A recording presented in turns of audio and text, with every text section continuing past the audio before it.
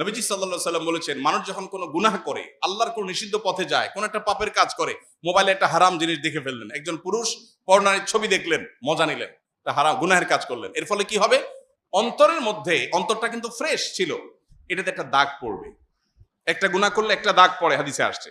আরেকটা গুনাহ পড়লে আরেকটা দাগ পড়ে, আরেকটা পড়লে আরেকটা দাগ পড়ে। এভাবে পড়তে পড়তে একটা স্বচ্ছ আয়নার উপরে যেরকম অনেক ময়লা পড়লে যেরকম সে আয়নায় ভালো মন্দ চেহারাতে কি আছে না আছে বোঝা যায় না, ঠিক একইভাবে একটা অন্তরে যখন অনেক গুনাহ করতে করতে করতে করতে কলুষে পরিপূর্ণ হয়ে যায়, তখন এই অন্তর দিয়ে কোনটা ভালো কোনটা মন্দ, কোনটা হক কোনটা বাতিল, কোনটা সত্য কোনটা মিথ্যা, কোনটা জান্নাতের পথ কোনটা জাহান্নামের পথ, এটা নিরূপণ করবার ক্ষমতা থাকে না।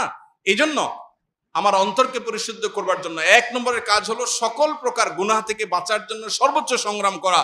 এরপরে যদি গুনাহ হয়ে যায়, ওই যে অন্তরে গুনাহ হয়ে গেছে মানে দাগ পড়ে গেছে, এই দাগ রিমুভ করার জন্য উপায় আছে। গ্লাস পরিষ্কারের জন্য যেরকম গ্লাস ক্লিনার আছে, ঠিক একইভাবে অন্তর পরিষ্কারের জন্য কল ক্লিনার আছে। সেই ক্লিনারের নাম হলো তওবা। সেটার নাম কি?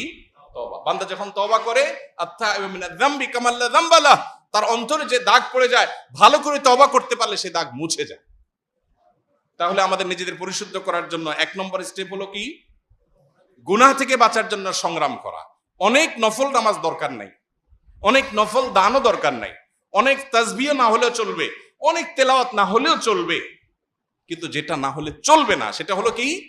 আমার দ্বারা কোনো গুনাহ হবে না। আমি চোখের গুনাহ, মুখ দিয়া সকাল থেকে রাত পর্যন্ত কত গীবত বেহুদা কথা বলছি, এগুলো সবগুলো গুনাহ। যেগুলো কোরআন হাদিসে নিষেধ করা হচ্ছে সেগুলো করাই হলো কি?